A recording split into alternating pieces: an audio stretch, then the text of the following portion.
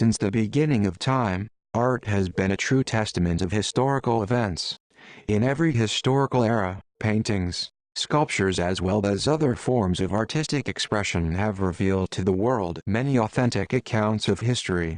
Whether it be times of peace or times of utter turmoil, art depicts a genuine narrative of the world surrounding the artist. Peace and security are thus illustrated throughout works of art. Through subtlety and illustration, we are able to realize the artist's true interpretation of the turbulent world surrounding them.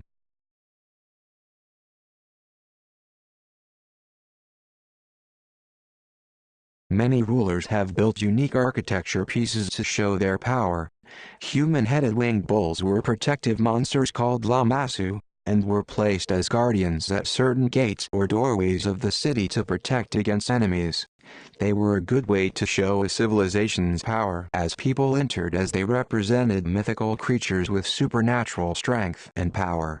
The Lamassu shows the authority of the king and the fortifications of the palace, and it's also a way to show the peace and security of an empire.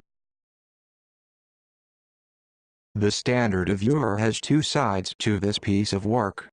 Both war side and peace side are telling a narrative from the visuals represented.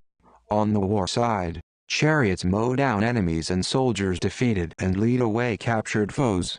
On the top, the king is surrounded by soldiers who bring the captured to him. He is taller and larger than any other figures. And on the peace side, it seems like they are celebrating their victory. Through this interesting narrative work, it acts as a propaganda work of peace and security for its citizens. The ivory plaque entitled Justinian as World Conqueror depicts the Emperor Justinian as the victor. Scholars place this well-defined ivory work of art as dating to the mid-6th century. Interesting is the figure grasping the foot of Justinian as if giving thanks for the freedom brought about by war. Above the horsed rider, indicative of the style of pagan art, is a depiction of Christ flanked by angels on either side. Its style is indicative of the mid-6th century, and the power of Justinian depicted here thus relates to the theme of peace and security. With regards to the sarcophagus from Rome circa 250–260 CE, entitled Battle of Romans and Barbarians, it is also known as the Great Ludovici sarcophagus. It is a 1.5 cm high work of Preconious marble. The sculpture depicts the battle between the Romans and the barbarians, where a dead Roman military commander is perched upon a horse extending his right arm as if he were saying goodbye. If one looks very closely at the sculpture, there is a distinct X on the commander's forehead indicative of a cross. This work acts as a reminder for the Romans' victory. The palette of king armor is a large ceremonial object and one of the most important artifacts from the dawn of Egyptian civilization. It is a monumental version of a type of daily used item commonly found in the pre-dynastic period. Palettes were generally flat, minimally decorated stoned objects used for grinding and mixing minerals for cosmetics. It is an important artifact and has extreme significance for our understanding of the development of the Egyptian culture on multiple levels. It acts as a reminder of the king's power and relation to the sun god.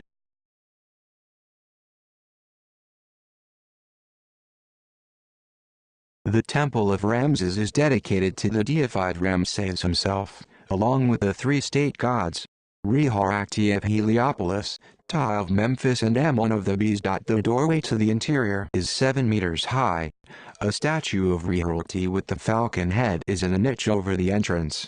The god is flanked by low-relief depictions of Ramses II, who presents him with a tiny statuette of Maat, goddess of truth and justice. The many depictions of gods and large statues is a way of showing a civilization's peace and security.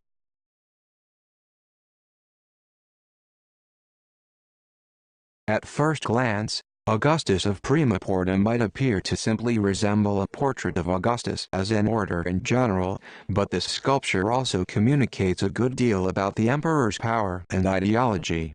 In fact, in this portrait Augustus shows himself as a great military victor and a staunch supporter of Roman religion. The statue also foretells the 200-year period of peace that Augustus initiated, called the Pax Romana. Peace and security is shown within this work as we get to see Augustus' power as ruler. The citadel of Tiryns was a citadel built in the 1300s BCE. The citadel was a total of 4 acres and was on relatively flat land with no natural defenses whatsoever. Since the citadel lacked natural defenses, the people of Tiryns made it up with military strategy and strategic architecture. Surrounding the citadel was a wall called the Outer Wall. The outer wall was 24 to 57 feet thick all around and an approximate 20 feet high. This massive wall was used for defense. Peace and security was of great value to this civilization as shown with the emphasis on defense.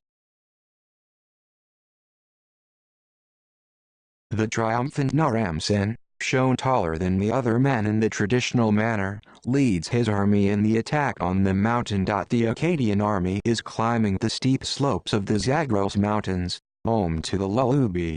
This upward march sweeps aside all resistance. To the right of a line of trees clinging to the mountainside, defeated enemies are depicted in a posture of submission.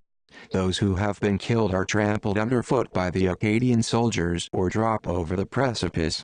These mountain people are clad in a tunic of hide and wear their long hair tied back. In this mosaic, Justinian's scene here is shown with the bishop Maximianus along with attendants carrying various religious or other items. This artwork was chosen because of the importance it gives to Justinian, an important individual in his rule of Byzantine.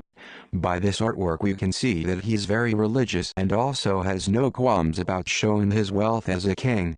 Another mosaic in the same building shows his wife, Theodora, which shows that they were equally represented. This gives us a major glimpse into their culture, making it an important piece of work to include.